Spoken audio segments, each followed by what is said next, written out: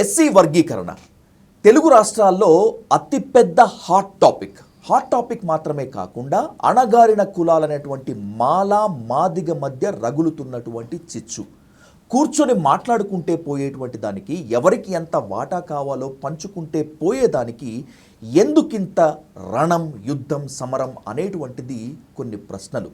నిజంగా ఎస్సీ వర్గీకరణ అంశం కూర్చొని మాట్లాడుకుంటే సరిపోతుందా, పంచుకుంటే తెగిపోతుందా అనేటువంటి ఎన్నో సందిగ్ధావస్థలో ఉన్నటువంటి ఈ నేపథ్యంలో వర్గీకరణ ఎందుకు, వర్గీకరణ జరిగితే మాదిగలకు ఎంత లాభం, మాలలకు ఎంత ద్రోహం అనేటువంటిదే ఇప్పుడు అత్యంత కీలకమైనటువంటి ప్రశ్న. ఈ ప్రశ్నకు సమాధానం వెతుక్కునేందుకు లెట్స్ ఇన్వైట్ కృపాకర్ మాదిగ, ఎంఆర్పిఎస్ వ్యవస్థాపక ప్రధాన కార్యదర్శి, on to the dial news hot seat with Vijay సాధు. కృపాకర్ గారు నమస్తే. నమస్తే sir, welcome to dial news. I'm చాలా గ్లాడ్గా ఫీల్ అవుతున్నాను మీరు ఈ సీట్లో కూర్చున్నందుకు. ఎందుకంటే ఎస్సీ వర్గీకరణ అంశము తెలుగు రాష్ట్రాల్లో అత్యంత దుర్మార్గమైనటువంటి పరిస్థితులు తీసుకొచ్చింది. అణగారిన కులాలైనటువంటి మాలలు, మాదిగల మధ్య ఒక నిప్పు రాజేసింది. సో ఐడియాలజికల్ డిబేట్ ఇప్పుడు అవసరం కాబట్టి కృపాకర్ గారు, వర్గీకరణ అవసరమా? వర్గీకరణ జరగకపోతే మాలా మాదిగలు బాగుపడరా? ఏంటి మీ కామెంట్? వర్గీకరణ ఖచ్చితంగా అవసరమే. స్వాతంత్రానంతరం భారత రాజ్యం, భారత ప్రభుత్వం, అట్లాగే రాష్ట్రాలు విద్యా, ఉద్యోగ, సంక్షేమ, రాజకీయ రంగాలలో సమాజంలో అత్యంత అణగారిన వర్గాలైనటువంటి షెడ్యూల్డ్ కులాలకి, షెడ్యూల్డ్ తెగలకి రాజ్యాంగ సంరక్షణగా రిజర్వేషన్ల అవకాశాలను ఏర్పాటు చేసింది. ఈ రిజర్వేషన్ అవకాశాలు తెలుగు రాష్ట్రాల్లో 15% అవకాశాలు విద్యా, ఉద్యోగ రంగాలలో ఏర్పాటు చేసింది. అయితే ఇవి సవ్యంగా పంపిణీ న్యాయం మేనర్లో పంచబడడం లేదు. ఎవరైతే ముందుగా అనుభవించారో, ముందుగా పొందారో ఆ వ్యక్తుల కుటుంబాలు, అట్లాగే ఆ కులాల కుటుంబాల వాళ్ళే మళ్ళీ పొందేటువంటి ఒక అపసవ్యమైనటువంటి పరిస్థితి ఏర్పడింది. ఓకే, ఉదాహరణకి దేశవ్యాప్తంగా సుమారు 1150 షెడ్యూల్డ్ కులాలు ఉన్నాయి. దేశవ్యాప్తంగా 630 షెడ్యూల్డ్ తెగలున్నాయి. వీళ్ళల్లో చాలా కులాలు, జాతులు, తెగలకి విద్యా, ఉద్యోగ రంగాల రిజర్వేషన్లు అందుబాటులోకి రాలేదు. ఇప్పటికీ పొందినటువంటి ఒక గుప్పెడి కులాల వాళ్ళే, జాతుల వాళ్ళే మళ్ళీ పొందేటువంటి ఒక పరిస్థితి ఏర్పడింది. దీన్ని సరిచేయగలిగితేనే ప్రతి కమ్యూనిటీలోని ప్రతి వ్యక్తికి విద్యా, ఉద్యోగ అవకాశాలు అందుబాటులోకి వస్తాయి అనేటువంటిది మాదిగల వాదన. అందుకోసమే ఈ ఉద్యమం, మాదిగ దండోర ఉద్యమం వచ్చింది. ఎంఆర్పిఎస్ ఉద్యమంలో అత్యంత కీలకమైనటువంటి వ్యక్తి మీరు. ప్రకాశం జిల్లా ఈదుమూడిలో పుట్టినటువంటి ఎంఆర్పిఎస్ ఉద్యమం నుంచి ఇప్పటి వరకు ఎంఆర్పిఎస్ ఉత్థాన పతనాల మొత్తం అంతా చూశారు, ఎత్తుపల్లాలు చూశారు కృపాకర్ గారు. మందకృష్ణ మాదిగ ఎంతమందికి తెలుసో కృపాకర్ మాదిగ అంటే మీరు కూడా అంతే తెలుసు. కానీ వర్గీకరణ జరగటమే మందకృష్ణ మాదిగకి ఏమాత్రం ఇష్టం లేదు అని మాల సామాజిక వర్గానికి చెందినటువంటి కొంతమంది వ్యక్తులు ఆరోపిస్తున్నటువంటి నేపథ్యంలో నిజంగా వర్గీకరణ కోసం ఎంఆర్పిఎస్ అత్యంత అవిశ్రాంత కృషి చేసిందా? ఖచ్చితంగా కృషి చేసింది, కృషి చేస్తూ ఉన్నది. ఇప్పుడు ఎవరు ఆరోపిస్తున్నారో వాళ్ళకి అది వర్గీకరణ వ్యతిరేకులకి ఇష్టం లేదు. ఓకే, ఇష్టం లేని తనం నుంచి వాళ్ళు చాలా రకాల ఆరోపణలు చేశారు. ఒక దశలో మాదిగ దండోర ఉద్యమం వెనక రాజకీయ పార్టీలు ఉన్నాయని, మనువాద రాజకీయ పార్టీలు ఉన్నాయని, ఆధిపత్య కులాల పార్టీలు ఉన్నాయని, లేకపోతే తెలుగుదేశం పార్టీ ఉందని, తెలుగుదేశం ప్రభుత్వం ఉందని, ఇట్లా రకరకాల ఆరోపణలు కూడా చేశారు. ఇది ఎంత మాత్రమూ నిజం కాదు. వాళ్ళు ఆయా పార్టీల ప్రభుత్వాల హయాంలో ఈ ఉద్యమం కొనసాగి ఉండొచ్చు కాక, కానీ ఏ పార్టీలకి, ఏ ప్రభుత్వాలకి ప్రమేయం లేకుండా సామాజికమైనటువంటి ఉద్యమంగా మాదిగ దండోర ఉద్యమం మొదలైంది. కారణం ఏంటి? ఇప్పుడు భారతీయ సామాజిక వ్యవస్థలో కొన్ని సామాజిక దొంతరలు లేదా కేటగిరీస్ ఉన్నాయి, కొన్ని సోషల్ కేటగిరీస్ ఉన్నాయి. ఓకే, ఓపెన్ కేటగిరీ కులాలు ఉన్నాయి, దాని తర్వాత బ్యాక్వర్డ్ క్లాసెస్ కమ్యూనిటీస్ ఉన్నాయి, ఆ తర్వాత షెడ్యూల్డ్ కులాల కేటగిరీ ఉంది, ఆ తర్వాత బాటమ్ లేయర్లో షెడ్యూల్డ్ తెగల కేటగిరీ కూడా ఉంది. అయితే ఏ రెండు కులాల మధ్య కంచం పొత్తు మంచం పొత్తు లేదు. ఏ రెండు కులాలు ఈక్వల్గా అభివృద్ధి చెందలేదు. ఒకటి పైనుంటే మరొకటి కింద ఉన్నటువంటి పరిస్థితి ఉంది. నిచ్చెన మెట్ల వ్యవస్థ. ఎస్, ప్రతిద్వంద్వల్లో ఉదాహరణకి షెడ్యూల్డ్ కులాల మధ్య ఒక 3 ఆక్యుపేషనల్ కేటగిరీస్ ఉన్నాయి స్థూలంగా మనం చెప్పుకోవాల్సి వస్తే. ఓకే. బాటమ్ లేయర్లో పాకీ వృత్తి కులాలు, పారిశుద్ధ్య వృత్తి కులాలు ఉన్నాయి. ఉదాహరణకి రిల్లి, తోటి, పాకి, పంచమ, గొడగలి, గొడారి, ఇలా మెహతార్ ఇలాంటి కులాలు బాటమ్ లేయర్లో ఉన్నాయి, పారిశుద్ధ్య కులాలు. దానికంటే ఇంకొంచెం పై స్థాయిలో చర్మకార వృత్తి కులాలు ఉన్నాయి. మాదిగ, డక్కలి, చిందు, బైండ్ల, అట్లాగే సమగర, మోచి ఇలాంటి కమ్యూనిటీసు రెండవ లేయర్లో చర్మకార కులాలు ఉన్నాయి. ఆ పై లేయర్లో మాల అనుబంధ కులాలు, నేతకాని, అట్లాగే ఇలాంటి కమ్యూనిటీసు ఉన్నాయి. 3 స్థూలమైనటువంటి లేయర్లు ఉన్నాయి. ఇందులో కూడా చాలా ఒక విచిత్రమైనటువంటి పరిస్థితి ఏంటంటే, స్థూలంగా మనం చూసినప్పుడు 2 తెలుగు రాష్ట్రాల్లో కూడా మాదిగలు, మాలలే ముఖ్యమైనటువంటి సంఖ్యాబలం కలిగినటువంటి 2 పెద్ద కులాలు. ఈ 2ని మినహాయిస్తే ఒక బుడగజంగం మాత్రమే ఒక లక్షల సంఖ్యలో ఉన్నటువంటి 1,00,000 పైచీలకు ఉన్నటువంటి కులం బుడగజంగం మాత్రమే. మిగిలినటువంటి అన్ని కులాలు చూస్తే వేలల్లోనూ లేకపోతే వందల్లోనూ 10ల సంఖ్యలోనూ మాత్రమే ఉన్నటువంటి కులాలుగా ఉన్నాయి. అంతేకాదు సంచార, అర్ధ సంచార, స్థిర జీవితం కలిగి పూర్తిగా విద్యా, ఉద్యోగ, సంక్షేమ, రాజకీయ అవకాశాలకి దూరంగా ఉన్నటువంటి వెనకబడ్డటువంటి పరిస్థితులు ఉన్న కులాలు ఈ చిన్న చిన్న కులాలలో వ్యత్యాసాలు చాలా ఉన్నాయి. సో ఇట్లాంటి ఆంతరికమైనటువంటి ఒకే కేటగిరీలో ఉన్నటువంటి కులాల మధ్య అభివృద్ధి వ్యత్యాసాలు తీవ్రంగా చోటు చేసుకున్నాయి. పొందినటువంటి కులాలే 1-2 కులాలు మళ్ళీ పొందుతున్నాయి. పొందని వాళ్ళు అసలు పొందకుండా ఉండిపోయే పరిస్థితి ఉంది. ముఖ్యంగా ఒకే కులము డిస్ప్రపోర్షనేట్గా అవైల్ చేసింది. ఓకే. మాల కులము విద్యా, ఉద్యోగ, రాజకీయ రంగాల రిజర్వేషన్లు మనం గమనించినట్లయితే దానివల్ల మాదిగలు జనాభా ఉండి కూడా వాళ్ళ ప్రాతినిధ్యం వాళ్ళు పొందలేదని గమనించినాక ఈ దండోర ఉద్యమం మొదలైంది. అయితే నిజానికి కొందరు అంటున్నట్టు లేదా వర్గీకరణ వ్యతిరేకులు అంటున్నట్టు ఇది 2 కులాల సమస్య కాదు. ఓకే. వర్గీకరణ లేదా రిజర్వేషన్ల హేతుబద్ధీకరణ అనేటువంటిది కేవలం 2 కులాల సమస్య కాదు. ఇది మొత్తం 60 షెడ్యూల్డ్ కులాల సమస్య తెలుగు రాష్ట్రాల్లో చూసినట్లయితే. అట్లాగే మొత్తం 35 షెడ్యూల్డ్ ట్రైబ్స్ సమస్య తెలుగు రాష్ట్రాల్లో. అట్లాగే కంట్రీ వైడ్గా చూసినట్లయితే ఎంటైర్ దేశవ్యాప్తంగా ఉన్నటువంటి 1150 షెడ్యూల్డ్ కులాల సమస్య, అట్లాగే 630 షెడ్యూల్డ్ తెగల సమస్య. ఉదాహరణకి మన తెలుగు రాష్ట్రాల్లో ఒక లంబాడి, సుగాలి, బంజారా, ఎరుకల ఈ 3-4 తెగలు మాత్రమే మొత్తం ట్రైబల్ రిజర్వేషన్ ఏవైతే ఉన్నాయో విద్యా, ఉద్యోగ రంగాల రిజర్వేషను, పొలిటికల్ రిజర్వేషను అవైల్ చేసినాయి డిస్ప్రపోర్షనేట్గా. మిగిలినటువంటి తెగలు ఏవైతే ఉన్నాయో చెంచులు ఉన్నారు, లేకపోతే సవర్లు ఉన్నారు, లేకపోతే కోయలు ఉన్నారు, ఇలాంటి అట్లాగే యానాదులు ఉన్నారు. ఇలాంటి వాళ్ళు చాలా తెగలకి అసలు రిజర్వేషన్స్ అందుబాటులోకి రాలేదు. ఇంకా యానాదులు చూసినట్లయితే ఇంకా గోచీలు పెట్టుకొని గుడిసెల్లో ఉంటూ చిన్న కట్టెపుల్లలు పట్టుకొని ఎలుకలు, పాములు పట్టుకునేటువంటి, చేపలు పట్టుకునేటువంటి దుర్భరమైనటువంటి ప్రిమిటివ్ కండిషన్స్లో వాళ్ళు ఉన్నారు మనం చూసినట్లయితే. అయితే ఇప్పటికీ కూడా అటవీ ప్రాంతాల్లో, ఏజెన్సీ ప్రాంతాల్లో, కొండ కోనల్లో ఉన్నటువంటి ట్రైబ్స్ చాలా ఉన్నాయి. వాళ్ళు అసలు సీజనల్ వ్యాధులతో దోమల్లాగా చచ్చిపోయేటువంటి పరిస్థితుల్లో ఇప్పటికీ కూడా ఉన్నారు. సరైన విద్యా, వైద్యము, ఆహారం కూడా లేనటువంటి పరిస్థితుల్లో వాళ్ళు ఉన్నారు. రిజర్వేషన్ల దాకా వాళ్ళు ఇంకా రాలేదు. ఇట్లాంటి ఆంతరిక వ్యత్యాసాలు ట్రైబల్స్లో కూడా ఉన్నాయి. ఇది నేనేమంటానంటే ఇది కేవలం షెడ్యూల్డ్ కులాలు, ఎంటైర్ కంట్రీకి సంబంధించిన షెడ్యూల్డ్ కులాలు, షెడ్యూల్డ్ తెగలకు సంబంధించిన విషయం మాత్రమే కాదు. ఇది ఎంత పెద్ద సమస్య అంటే భారత సామాజిక, ఆర్థిక, రాజకీయ ప్రభుత్వాల సమస్య ఇది. భారత సామాజిక సమస్య ఇది, అధికారిక సమస్య ఇది, రాజకీయ సమస్య ఇది. ఆ రకమైనటువంటి పరిష్కారాలు కోరుకుంటున్నది అనేటువంటి స్థాయికి ఈ సమస్య ఈరోజు సమాజం ముందుకు వచ్చేసింది.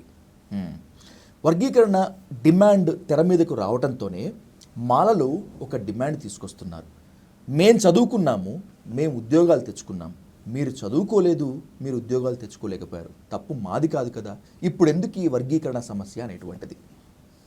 అది సరైన వాదన కాదయ్యా. నిజానికి మాదిగల్లో కూడా విద్యావంతులు ఉన్నారు, చిన్న చిన్న కులాలలో కూడా విద్యావంతులు ఉన్నారు.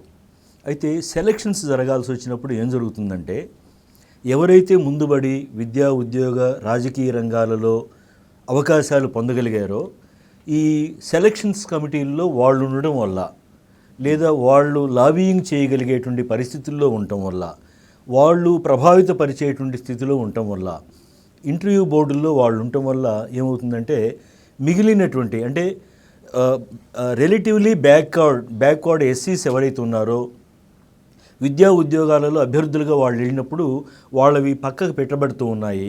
ఎవరైతే రిలేటివ్లీ ప్రభావపరచగలిగేటువంటి స్థితిలో ఉన్నటువంటి కులం వాళ్ళు ఉన్నారో వాళ్ళ అభ్యర్థులే సెలక్షన్కి నోచుకునేటువంటి ఒక పరిస్థితి జరుగుతూ ఉంది. దానివల్లనే ఈ వ్యత్యాసాలు ఏర్పడ్డాయి తప్ప ఒక కులం చదువుకొని మిగతా కులం చదువు లేనందువల్ల జరుగుతున్నది కాదు. వాస్తవానికి ఆ మాటకు వస్తే ఒక 100 ఏళ్ల వ్యత్యాసం ఉంది. మాలవారి అభివృద్ధికి మాదిగలకి 100 ఏళ్ల అభివృద్ధి వ్యత్యాసం ఉంది. అంతగా వాళ్ళు అన్ని అంశాలలో విద్యా ఉద్యోగ సంక్షేమ రాజకీయ రంగాలలో అంతగా అభివృద్ధి చెందారు. అంతగా డిస్ప్రపోర్షనేట్గా అంటే ఆదాయానికి మించిన ఆస్తిలాగా వాళ్ళ జనాభా దామాషాకి మించినటువంటి అవకాశాలను వాళ్ళు పొందారు. 100 ఏళ్ళు వ్యత్యాసం ఉంది మాలలకి మాదిగలకి మధ్య. అట్లాగే మాదిగలకి మిగతా రెల్లి ఇటువంటి కులాలకి మధ్య కూడా చాలా దూరం, చాలా వ్యత్యాసం ఉన్నటువంటి పరిస్థితి కూడా మనకు కనిపిస్తూ ఉంది. అంతే తప్ప ఇది కొంతమంది అర్హులైనటువంటి కులము, కొంతమంది అర్హత లేనటువంటి కులంగా చిత్రీకరించే ప్రయత్నం అనేది అసలు అంబేద్కర్ భావజాలానికి విరుద్ధమైనటువంటి భావం ఇది. ఎందుకంటే మనం తరచుగా మాట్లాడేది ఏంటి, అగ్రవర్ణాల వాళ్ళు మేము ప్రతిభావంతులం కాబట్టి మేము అన్ని వ్యవస్థల్ని హోల్డ్ చేయగలుగుతున్నాము, అన్నిటినీ నడిపించగలుగుతున్నాము, అన్ని అధికార చట్టాల్లో మేమే ఉండగలుగుతున్నాము, మీకంత సత్తా లేదు, మీరంత స్థితి లేదు, మీకు అంత బలం లేదు అనేటువంటిది, మీకు ప్రతిభ లేదు, మాకు ప్రతిభ ఉంది అని చెప్పి అంటున్నారు. అట్లాంటి ప్రతిభా సిద్ధాంతం తప్ప ఇది వేరే కాదని చెప్పి నేను చెప్పదలుచుకున్నా. ఒక ఉదాహరణ చెప్పాల్సి వస్తే ఎంఆర్పి స్టార్ట్ కాకముందు, అప్పటి 94కి ముందు పరిస్థితి ఏంటంటే, ఓకే, ఉమ్మడి ఆంధ్రప్రదేశ్లో 39 ఎస్సీ రిజర్వ్డ్ ఎమ్మెల్యే సీట్స్ ఉండేవి. 39 ఎస్సీ రిజర్వ్డ్ ఎమ్మెల్యే సీట్లలో ఒక 7 మంది మాత్రమే మాదిగలు ఉంటే ఎమ్మెల్యేలుగా, 32 మంది మాలవారు ఉండేవాళ్ళు. ఒక దశకి ఎంఆర్పీస్ ఉద్యమం మొదలయ్యి ఒక దశకు వచ్చేసరికి 96, 97కి వచ్చేసరికి 16 మంది మాదిగా ఎమ్మెల్యేలు మంత్రులయ్యారు. 16 మంది అయ్యారు. 7 నుంచి 16కు వచ్చేసారు. కొంతమేరకు ఆ ఈక్విలిబ్రియం సాధించగలిగారు. అట్లాగే 6 మంది ఎస్సీ రిజర్వ్డ్ ఎంపీలు ఉండేవాళ్ళు ఉమ్మడి ఆంధ్రప్రదేశ్లో.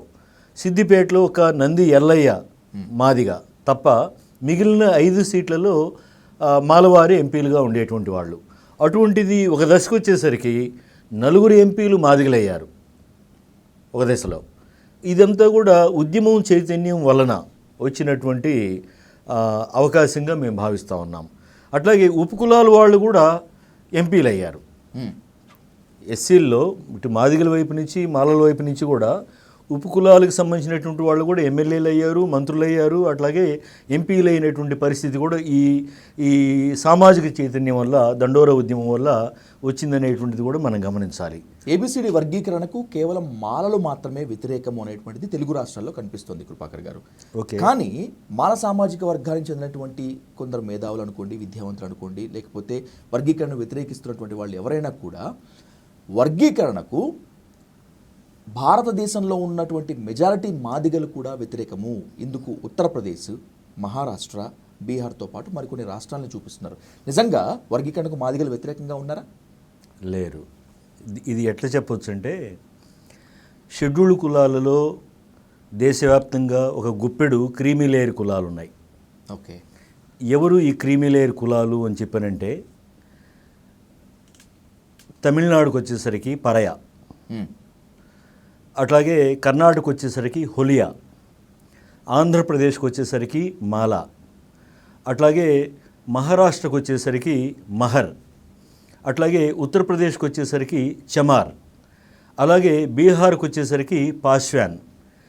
ఈ కులాలు డిస్ప్రపోర్షనేట్గా ఆంధ్రప్రదేశ్లో మాలవారి లాగానే ఆయా రాష్ట్రాలలో ఉన్నటువంటి ఎంటైర్ ఎస్సీ రిజర్వేషన్లు ఏవైతే ఉన్నాయో, విద్యా ఉద్యోగ సంక్షేమ రాజకీయ రంగాలలో రిజర్వేషన్లు, వాటిని వాళ్ళ జనాభా దామాషా కంటే కూడా అదనంగా అనుభవించినటువంటి పరిస్థితుల్లో ప్రాబల్య కులాలుగా రూపొందాయి.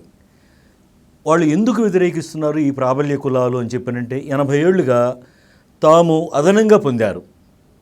తమ కంటే ఒక 100% అదనంగా పొందటం వల్ల రిజర్వేషన్లు, ఆ అదనంగా పొందిన వాటిని వదులుకోవడానికి సిద్ధంగా లేరు వాళ్ళు. వాస్తవానికి వర్గీకరణ జరిగితే, ఎస్సీ రిజర్వేషన్లను హేతుబద్ధీకరిస్తే వాళ్ళకి రావాల్సినటువంటి, వాస్తవికంగా వాళ్ళకి రావాల్సినటువంటి జనాభా దామాషా ప్రకారం వాళ్ళకి ఉంటాయి, నికరంగా వస్తాయి. కానీ అదనంగా 100% ఏవైతే పొందారో అవి రాకుండా పోతాయి. కాబట్టి ఇప్పుడు వరకు 80 ఏళ్ళుగా అనుభవించారు కాబట్టి ఆ అదనంగా వచ్చి రాకుండా పోతాయి అనేటువంటి వ్యతిరేకతతో మాత్రమే వీళ్ళు ఈ వర్గీకరణని వ్యతిరేకిస్తున్నారే తప్ప వాళ్ళకి రాకుండా, వాళ్ళకు వచ్చే ఎట్లాగూ వస్తాయి, ఆ సంగతి వాళ్ళకి తెలుసు అనేటువంటిది ఒకటి మనం గుర్తుపెట్టుకోవాలి. రెండవది, వాళ్ళెవరు కూడా మాదిగలు కాదు. మిగతా రాష్ట్రాల్లో వ్యతిరేకిస్తున్న వాళ్ళు మాలలు కాదు. మిగతా రాష్ట్రాల్లో వ్యతిరేకిస్తున్న వాళ్ళు మాదిగలు కాదు. ఎందుకంటే రాజ్యాంగంలో ప్రతి కులానికి ఒక ఎంటిటీ ఉంది, ప్రతి కులానికి ఒక వ్యక్తిత్వం ఉంది, ఒక ప్రత్యేకమైన గుర్తింపు ఉంది, ఎంటిటీ ఉంది. అంతే తప్ప మాదిగలు ఎక్కడా వ్యతిరేకించడం లేదు. మాలలు ఎక్కడ, వేరే రాష్ట్రాల్లో మాలలు కూడా లేరు. కొంతమంది అంటారు పరయాలు మాలలే, లేదా హొలియాలు మాలలే, మహర్లు మాలలే, లేకపోతే ఇంకా వేరే రాష్ట్రాలు వ్యతిరేకిస్తున్నటువంటి వాళ్ళు కూడా మాలలే అని చెప్పి చాలామంది భ్రమపడుతున్నారు. అది చాలా శుద్ధ తప్పు. మాలలు తెలుగు రాష్ట్రాల్లో తప్ప వేరే రాష్ట్రాలలో, వేరే భాషా రాష్ట్రాలలో ఎక్కడ కూడా ఒక సోషల్ కేటగిరీగా లేరు. ఆయా రాష్ట్రాల్లో వ్యతిరేకిస్తున్న కులాలు వేరే. అవి ఎవరంటే మాలలకు లాగా ఎవరైతే అదనంగా పొంది ప్రాబల్య కులాలుగా రూపొందారో ఆయా రాష్ట్రాల్లో, గుప్పెడు కులాలు కొన్ని రాష్ట్రాల్లో, వాళ్ళు మాత్రం వ్యతిరేకిస్తున్నారు. వాళ్ళు మాలలు ఒకటి కాదు, నిజానికి ఒకటి అనే ప్రచారం జరుగుతూ ఉంది, అది తప్పు. అట్లాగే చమార్లు మాదిగలు కూడా ఒకటి కాదు, వృత్తిపరంగా ఒకటే, కానీ వాళ్ళు వేరు వీళ్ళు వేరు. అక్కడ ఉండేటువంటి రిజర్వేషన్ల లబ్ధిదారులైనటువంటి పరిస్థితుల్లో తీరుతుని వేరు, ఇక్కడ లబ్ధిదారులైనటువంటి పరిస్థితులు తీరుతుని వేరు. అంతే తప్ప వాళ్ళు వీళ్ళు ఒకటి కాదు. ప్రాబల్య కులాలుగా ఎవరు వర్గీకరణను వ్యతిరేకిస్తున్నారో ఆయా రాష్ట్రాల్లో వాళ్ళు అమాంగ్ షెడ్యూల్ కాస్ట్ ప్రాబల్య కులాలుగా తయారైనటువంటి వాళ్లే తప్ప వేరే కాదు. అట్లాగే ఇది 2 కులాల సమస్య కాదు, ఇందాక చెప్పుకున్నట్టు ఎంటైర్ మాల వర్సెస్ 59 షెడ్యూల్ కులాల సమస్య. My question is that sub Dard కా దవా జిందా తిలిస్మాత్ అనేటువంటిది మనం చిన్నప్పటి నుంచి విన్నాం, అనుకుంటూ ఉన్నాం కృపాకర్ గారు. ఇప్పుడు నిజంగా వర్గీకరణ జరిగితే మాలలకి మాదిగలకి మధ్య ఉన్నటువంటి సమస్య తీరిపోవడంతో పాటు ఎస్సీలో ఉన్నటువంటి దాదాపు 59 ఉపకులాల సమస్య కూడా మొత్తం అంతా తీరిపోతుందా? ఖచ్చితంగా తీరేటువంటి బాట పడుతుంది, తీరేటువంటి అవకాశం వస్తుంది. ఉదాహరణకి వర్గీకరణ లేకముందు ఉమ్మడి ఆంధ్రప్రదేశ్లో 500 MBBS సీట్లు ఉండేవి. ఎస్సీలకి ఎవ్రీ ఇయర్ భర్తీ అయ్యేటువంటి 500 MBBS సీట్లు ఉండేవి. ఈ 500 MBBS సీట్లలో ఎట్లా ఉండేటువంటిదంటే పరిస్థితి, 250 మాలవారికి రావాలి, అట్లాగే 230 మాలవారికి రావాలి, 250 మాదిగవారికి రావాలి, అట్లాగే 30 ఆది ఆంధ్రులకి 30, రెల్లీస్కి 30 రావాలి.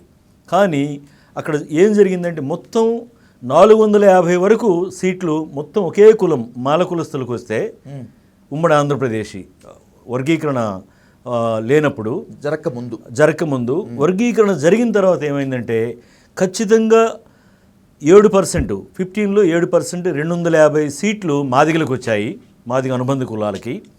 230కి వాళ్ళ జనాభా దామాషాకి అంటే 6%కి మాలవారు లిమిట్ కావాల్సి వచ్చింది. అట్లాగే రెల్లీస్కి 30 సీట్లు ఖచ్చితంగా వచ్చినాయి, అంతకుముందు రాలేదు అట్లా. 30 సీట్లు వచ్చినాయి ఎవ్రీ ఇయర్. అట్లాగే ఆది ఆంధ్రులకి 30 సీట్లు వచ్చినాయి ఎవ్రీ ఇయర్. అట్లా ఆయా కులదంతరుల్లో ఏబిసిడిగా వర్గీకరించడం వల్ల ఖచ్చితంగా ఆయా కులాల వర్గాలు ఏవైతే ఉన్నాయో వాళ్ళకి ఖచ్చితంగా గ్యారంటీడ్ కండిషన్ ఉండింది. అట్లా ఇప్పుడు వర్గీకరణ జరిగితే కూడా ఏమవుతుందంటే ఇప్పటి వరకు అందుకోలేనటువంటి సామాజిక వర్గాలు లేదా కులాలు ఏవైతే ఉన్నాయో వాళ్ళకి ఖచ్చితంగా విద్యా ఉద్యోగ రంగాలలో, ముఖ్యంగా ప్రొఫెషనల్ కోర్సెస్లో వాళ్ళకి మంచి అవకాశాలు రావడానికి మనకి కనిపిస్తూ ఉంది దారి. ఉద్యోగాలు కూడా ఖచ్చితంగా వస్తాయి. వర్గీకరణ జరిగిన తర్వాత ఇదిగో మాదిగలకు ఇంతకాలం జరిగినటువంటి ఈ అన్యాయాన్ని ఈ వర్గీకరణ అప్లై అయిన తర్వాత భర్తీ అయింది అంటూ మనకు మాదిగ సామాజిక వర్గానికి చెందినటువంటి వాళ్ళంతా విద్యావంతులు, మేధావులు కొన్ని లెక్కలు చూపిస్తుంటారు. ఇవన్నీ కాకి లెక్కలా లేకపోతే నిజమేనా? వాస్తవానికి అవన్నీ కొన్ని నిజాలున్నాయి, కొన్ని సంఖ్యల్లో తేడాలు ఉండొచ్చు, కానీ న్యాయం జరిగిన మాట నిజం. ఓకే, అట్లా తీసుకోవాలి వర్గీకరణ వల్ల. ఎస్, వర్గీకరణ వల్ల రెల్లి సమూహాలకి, మాదిగ సమూహాలకి న్యాయం జరిగిన మాట నిజము. అట్లాగే మాల సమూహానికి వాళ్ళకి రావాల్సినటువంటి యాక్చువల్ సంఖ్య ఏదైతే ఉందో ప్రపోర్షన్ వాళ్ళకి వచ్చింది. బట్ మునుపట్లాగా వాళ్ళ ప్రపోర్షన్ దాటి అత్యంత ఎక్కువగా ఏవైతే పొందగలిగారో వర్గీకరణ లేనప్పుడు అలాంటివి రాకుండా పోయేటువంటి పరిస్థితి కూడా ఏర్పడింది. కాబట్టి వాళ్ళకి వచ్చేటువంటి బేస్ ఏర్పడింది వర్గీకరణ వల్ల. రైట్, వర్గీకరణ జరిగితే మాదిగలకు న్యాయం జరుగుతుంది, ముమ్మాటికి వాస్తవమే అనుకుందాం, జరగాలి కూడా. ఎందుకంటే సమస్య ఏదైనా ఏ కులం వాళ్ళదైనా కూడా ఖచ్చితంగా జరగాల్సిందే. కానీ వర్గీకరణ జరిగితే మాదిగలు లాభపడేటువంటి మాట ఎంత వాస్తవమో, మాదిగలు మిగతా కులాల వాటాని కూడా దోచేసుకుంటారు అనేటువంటి భయం మిగతా కులాల్లో ఉన్నమాట వాస్తవం. కొన్ని చోట్ల బయట పెడుతున్నటువంటి మాట కూడా వాస్తవం. నిజంగా మాదిగలు ఆ విధంగా తయారవుతారా? రేపు తయారవడానికి గ్యారంటీ ఏంటి? ఎస్, దీనికి సమాధానం ఏంటంటే, మేము 30 ఏళ్ల క్రితం మాదిగ ఉద్యమం మొదలుపెట్టినప్పుడు ఇది కేవలం మాదిగల సమస్యగా మాత్రమే మేము చూడలా. కూలంకషంగా సమాజంలో గమనించినాకనే డక్కల వాళ్ళు ఉన్నారు, చిందు వాళ్ళు ఉన్నారు, మాస్టి వాళ్ళు ఉన్నారు, ఇట్లాంటి చిన్న చిన్న కులాలు డక్కలి, చిందు, బైండ్ల, మాస్టి, సంచార, మోచి, లేకపోతే సమగర, ఇలాంటి కులాలు, జాతులు, తెగలేవైతే ఉన్నాయో, రెల్లి, గొడగలి, గొడారి, పాకి, పంచమ, తోటి, ఇలాంటి వృత్తి కులాలు, చిన్న కులాలు ఉన్నాయి. ఏమంటూ వచ్చామంటే అసలు చిన్న కులాలు మాకంటే, మాదిగల కంటే కూడా వెనకబడ్డ, విద్యా ఉద్యోగ రంగాల్లో వెనకబడ్డ కులాలు ఏవైతే ఉన్నాయో వాళ్ళకి మొదట ప్రిఫరెన్షియల్ ట్రీట్మెంట్ మేనర్లో మొదట అవకాశాలు వాళ్ళకిచ్చి, ఓకే, వాళ్ళ జనాభా దామాషా ప్రకారం వాళ్ళకిచ్చి ఆ తర్వాతనే మాకివ్వండి అనేటువంటి వాదన మేము మొదటి నుంచి చేస్తూ వచ్చాం. కేవలం మాదిగల వాటా మాదిగలకి ఉండి మాదిగలకు మాత్రమే అన్యాయం జరిగింది, మిగతా వాళ్ళ గోల మాకు అక్కర్లేదు అని మేము ఎప్పుడూ అనలేదు. మొదటి రోజు నుంచి కూడా మేము అంటూ వచ్చింది ఏంటంటే, ఇప్పటికీ ఆ డిమాండ్ మీదే ఉందా? ఈ క్షణానికి రైట్, ఇప్పటికీ కూడా మొదటి రోజు నుంచి ఇప్పుడు దాకా మేము అంటూ వచ్చిన వాదనే అది. మాకంటే కూడా వెనకబడ్డ షెడ్యూల్డ్ కులాలు ఉన్నాయి విద్యా ఉద్యోగ సంక్షేమ రాజకీయ రంగాల్లో, వాళ్ళకి ఫస్ట్ ప్రిఫరెన్షియల్ ట్రీట్మెంట్ మేనర్లో మొదటి ప్రాధాన్యత వాళ్ళకిస్తూ వాళ్ళ జనాభా దామాషా ప్రకారం వాళ్ళ అవకాశాలు వాళ్ళకి ఇచ్చినాకనే మాకివ్వండి. మాకు ఇచ్చిన తర్వాత మాకంటే ఎక్కువ అవకాశాలు పొందినటువంటి సాపేక్షంగా బలపడ్డటువంటి మాల కమ్యూనిటీకి వాళ్ళ ప్రపోర్షన్ వాళ్ళకి ఇవ్వండి. వాళ్ళకి తగ్గించమని మేము అంటం లేదు, వాళ్ళ జనాభా దామాష ప్రకారం వాళ్ళకి ఇవ్వండి. ఎవరైతే ఇంతకాలం నష్టపోయారో, ఎవరైతే ఇంతకాలం అణిచివేత గురయ్యారో వాళ్ళని ముందుకు తీసుకువచ్చి వాళ్లకు పంచిన తర్వాత మాత్రమే మాకు ఇవ్వండి అని చెప్పి అంటున్నారు. Yes, exactly.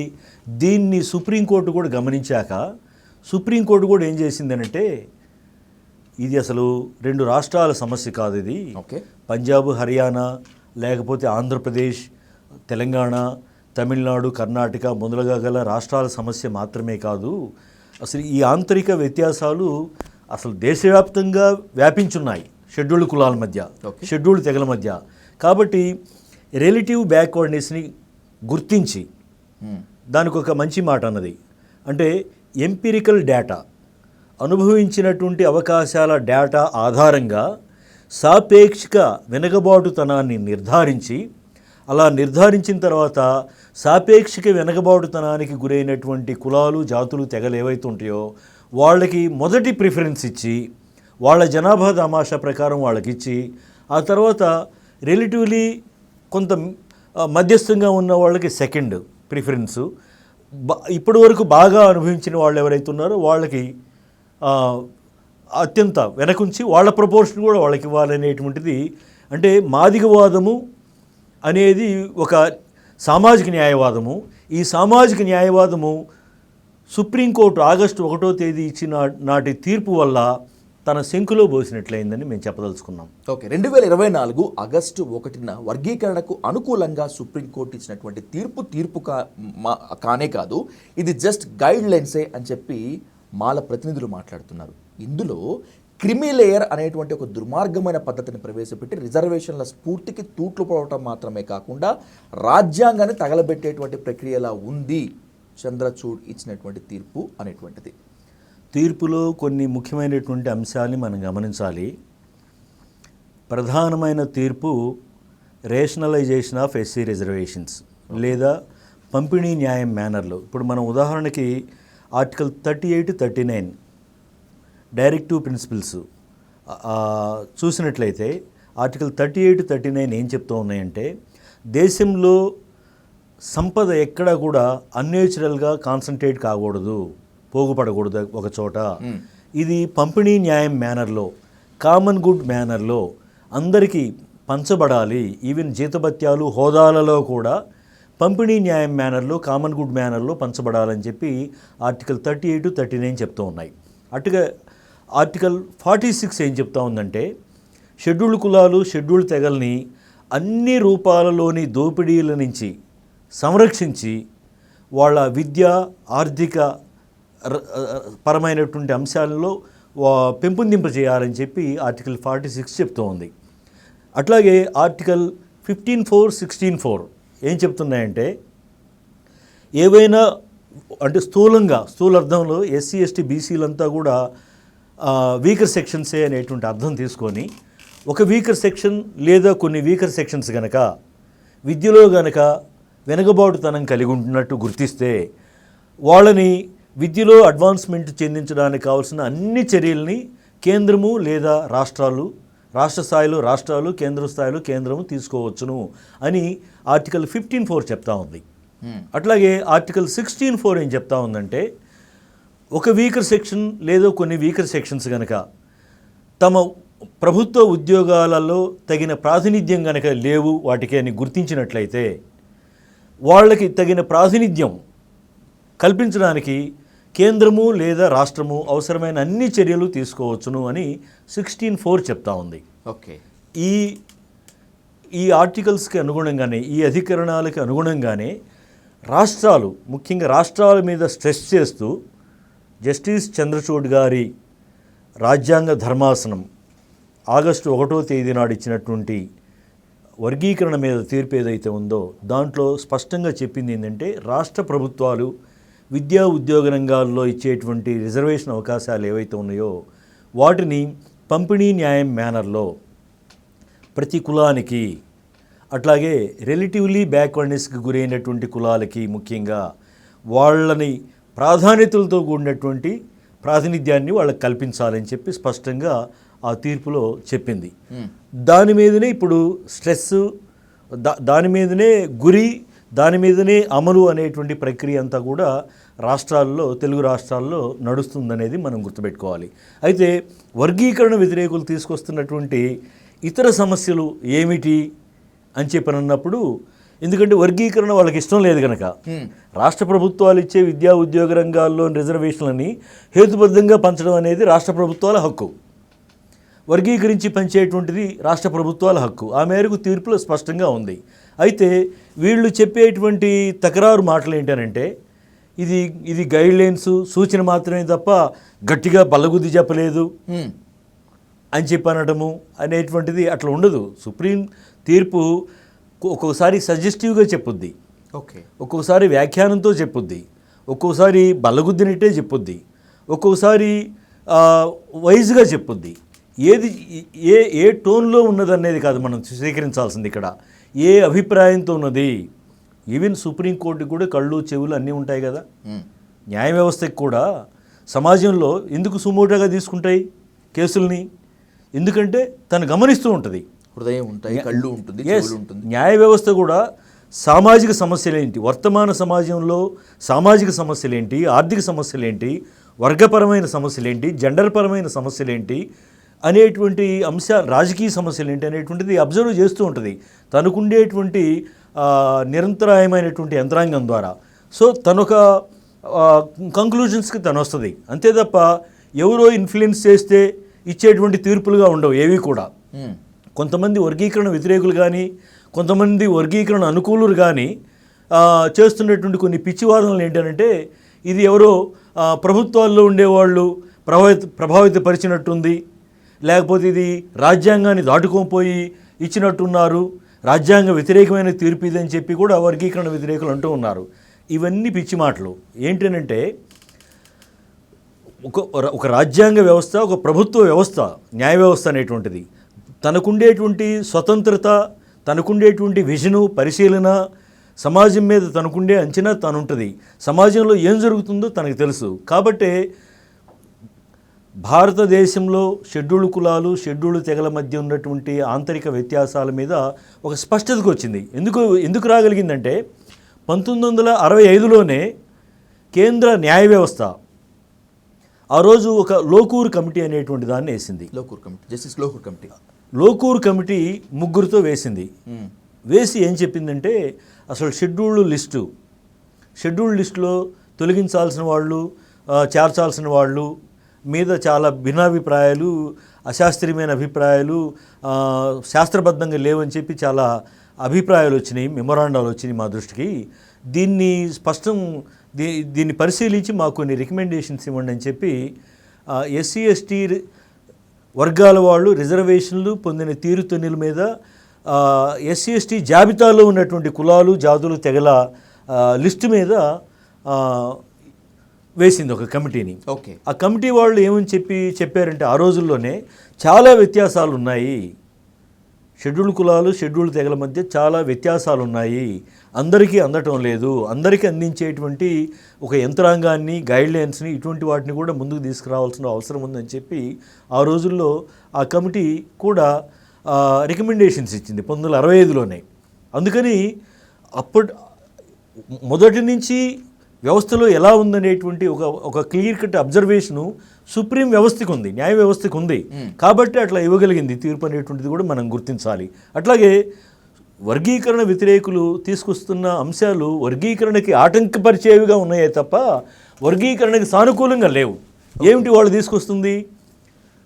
ఉదాహరణకి క్రీమీ లేయర్ పెట్టాలా వద్దా, పెడితే మంచిదని ఒక జడ్జి గారు అన్నారు. ఎస్, మంచిదే కదా అని చెప్పి మిగతా వాళ్ళు కూడా అన్నారు. అయితే కేంద్ర ప్రభుత్వం ఏం చేసింది? దాన్ని ప్రస్తుతానికి పాత పద్ధతుల్లోనే మేము అనూచానంగా పాత పద్ధతి ఏదైతే ఉందో దాని ప్రకారమే మేము పోతాం తప్ప క్రీమీ లేయర్ని మేము అనుసరించబోమని చెప్పి ఎస్సీ ప్రతినిధులు చాలామంది రిప్రజెంట్ చేసిన మీదట ఒక అభిప్రాయాన్ని కేంద్ర ప్రభుత్వం కూడా వెలిబుచ్చింది. ఓకే, సరే, మేమేముంటున్నామంటే వర్గీకరణ, రిజర్వేషన్ల హేతుబద్ధీకరణకి లేదా వర్గీకరణకి క్రీమీ లేయర్ సమస్యకి సంబంధం లేదు, అది వేరే విషయం. ఆ మాటకు వస్తే క్రీమీ లేయరు ఒక ఈ వర్గీకరణ ప్రక్రియ ముగిసిన తర్వాత మేము ఇంతటితో ఊరుకోం, క్రీమీ లేయర్ కూడా పెట్టాలనే కాడదాకా కూడా మేము పోవడానికి వెనకాడబోం. ఎందుకనంటే పొందిన కుటుంబాలే మళ్ళీ పొందుతున్నాయి.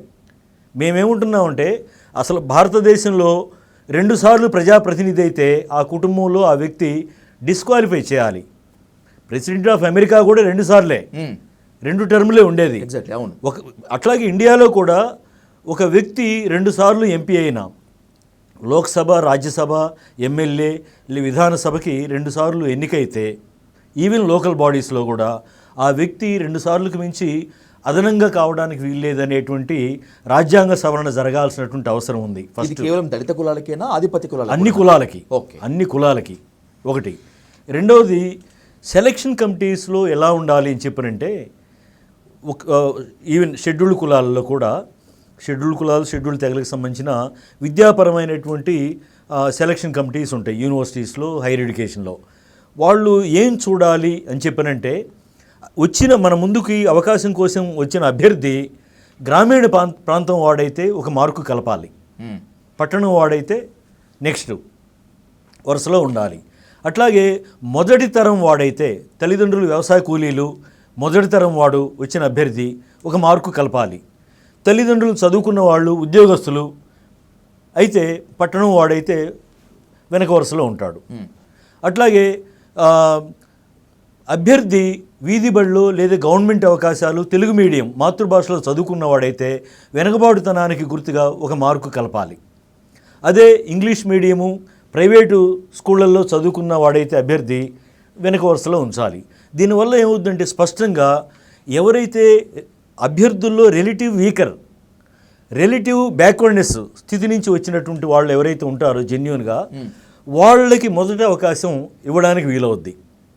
గ్రామీణ ప్రాంతము, తల్లిదండ్రులు చదువులేనితనము, లేకపోతే వ్యవసాయ కూలీలు అయి ఉండటము, లేకపోతే వీధి బడిలో చదివి ఉండటము, లేదా తెలుగు మీడియంలో చదివి ఉండటము, వెనకబాటు తనానికి గుర్తులుగా వీటన్నింటిని కూడా స్వీకరించి ఆ అభ్యర్థికి ఫస్ట్ అవకాశం ఇవ్వాలి. ఇవి కాకుండా ఉన్నటువంటి వాళ్ళకి నెక్స్ట్, పట్టణం నుంచి వచ్చిన, తల్లిదండ్రులు చదువుకోనున్నా, తల్లిదండ్రులు ఉద్యోగస్తులై ఉన్నా, తల్లిదండ్రులు ఎమ్మెల్యేలు, ఎంపీలు, లేకపోతే పెద్ద పెద్ద ప్రొఫెషనల్స్ అయి ఉన్నా, అధికాదాయ వర్గాల వాళ్ళు అయి ఉన్నా, ఇంగ్లీష్ మీడియంలో చదువుకున్నా, ప్రైవేట్లో చదువుకున్నా, అటువంటి వాళ్ళకి వెనక్కి ఇవ్వాలి. అప్పుడు ఏమవుతుందంటే, అసలు క్రీమీ లేయర్ అనేది పెట్టాల్సిన అవసరమే లేదు. ఆటోమేటిక్గా ఈ రకమైన విచక్షణ గైడ్లైన్స్ని కనుక పాటించగలిగితే, విద్యా ఉద్యోగ రంగాలలో అభ్యర్థులు వచ్చినప్పుడు సెలక్షన్ కమిటీల ముందుకు, ఇంటర్వ్యూ కమిటీల ముందుకు ఈ రకమైన గైడ్లైన్స్ కనుక పెట్టగలిగితే, ఆటోమేటిక్గా ఎవరు నీడీ పీపులో, ఎవరి మొదటి తరమో, ఎవరు అత్యంత వెనకబాటుతనం నుంచి వచ్చినారో వాళ్ళకి మొదటి అవకాశము, మొదటి ప్రిఫరెన్సు ఇచ్చినట్లు అవుద్ది. అట్లాగే మిగతా వాళ్ళు మిగిలినటువంటి వాళ్ళకి అర్హులు అవుతారు మిగిలిన అవకాశాలకి. సో ఇలాంటి గైడ్లైన్స్ని ఫ్రేమ్ చేయాల్సినటువంటి అవసరం ఉంది. రాష్ట్ర ప్రభుత్వాలైనా లేదా కేంద్ర ప్రభుత్వమైనా విద్యా ఉద్యోగ అవకాశాలు ఇవ్వదలిచినప్పుడు, ఇస్తూ ఉన్నప్పుడు. రైట్. మాలలు ఏ విధంగా అయితే మౌనం వీడాలో, మౌనంగా ఉంటున్నటువంటి, లేకపోతే మరికొంతమంది మాలపైన మాదిగలు చేస్తున్నటువంటి ఆ అక్కసు ఉన్నటువంటి కామెంట్లలో విషయంలో కూడా కాస్త సమయం పాటించాల్సిన అవసరం కూడా ఉంటుంది కదా. మాదిగ నాయకులు కానీ, మాదిగ ప్రజలు కానీ ఎక్కడ కూడా నిజానికి ఇంతవరకు అప్రజాస్వామికంగా, అన్పార్లమెంటరీ పద్ధతుల్లో మాల సామాజిక వర్గం మీద ఎటువంటి వ్యతిరేకతని ఎక్కడ కూడా ప్రేరేపించలేదు. కానీ మనువాదులు, సైకోలు, మాలలు అంటున్నారు కదా, అన్నారు కదా. ఎవరైనా అంటే అది తప్పు, ఎవరైనా అంటే బేషరతుగా అది తప్పు. కానీ ఎవరన్నా అంటే ఉద్యమానికి సంబంధం లేని వెలుపల నుంచి ఎవరైనా అంటున్నారేమో తెలియదు. కానీ ఎవరు కూడా ప్రజారంగంలో ఉండి, ఉద్యమంలో ఉండి, ఉద్యమానికి ప్రాతినిధ్యం వహిస్తూ ఉన్నటువంటి వాళ్ళు ఎవరు కూడా అనలేదు, అనం కూడా. ఎందుకంటే నేను చెప్పాను, మాల సోదరుల్లో పేదరికం ఉంది, నిరుద్యోగం ఉంది, మంచివారు, వాళ్ళకి కూడా న్యాయం జరగాలి. ఎవరితో మాకు పేచి? ఎవరైతే గుప్పడి మంది వర్గీకరణ వ్యతిరేకులు ఉన్నారో వాళ్ళతో మాకు పేచి. ఎంటైర్ మాల కులస్తులతో కాదు మాకు పేచి. వాళ్ళకి న్యాయం జరగాలి, వాళ్ళకి దక్కాల్సింది, వాళ్ళకి చెందాల్సింది విద్యా ఉద్యోగ సామాజిక రాజకీయ రంగాల్లో వాళ్ళకి జరగాల్సినటువంటి ప్రాతినిధ్య న్యాయం వాళ్ళకి జరగాల్సిందే ఎప్పటికైనా. ఇప్పుడు అంతే తప్ప వాళ్ళది తీసి మాకు పెట్టండి అని మేము అంటం లేదు. రైట్. మాల మాదిగ మధ్య వర్గీకరణ పేరుతో రగులుకుంటున్నటువంటి ఈ చిచ్చు సాధ్యమైనంత త్వరగా ఆరిపోవాలి. నిజంగా మాదిగలకు అన్యాయం జరిగితే ఆ అన్యాయానికి ఖచ్చితంగా న్యాయం జరగాలి. మాదిగలకు మాత్రమే కాకుండా ఎస్సీలో ఉండేటువంటి ఇతర ఉపకులాలకి కూడా ఖచ్చితంగా న్యాయం జరగాలి. ఆ న్యాయం జరగడం కోసం మాదిగలై ఉన్నటువంటి మేము పోరాడతామని చెప్పి మీరు చెప్పినటువంటి ఆ స్టేట్మెంట్కి మరొక్కసారి హ్యాట్స్ ఆఫ్ చెప్తూ కృపాకర్ గారు, ఒక ఐడియాలజికల్ డిబేట్ చేశాము. వర్గీకరణ ఎందుకు వద్దో, ఎందుకు కావాలో ఇప్పటికైనా మాలా మాదిగ ఇరు వర్గాలు కూర్చొని కలిసి మాట్లాడుకొని ఈ సమస్యకు పరిష్కారం కనిపెట్టి తీసుకువచ్చి ఎవరి వాటా ఏంటో న్యాయంగా పంచుకోవాలని మనస్ఫూర్తిగా కోరుకుందాం. Thank you so much for your intellectual debate Prabhakar garu. Thank you much more. Thank you.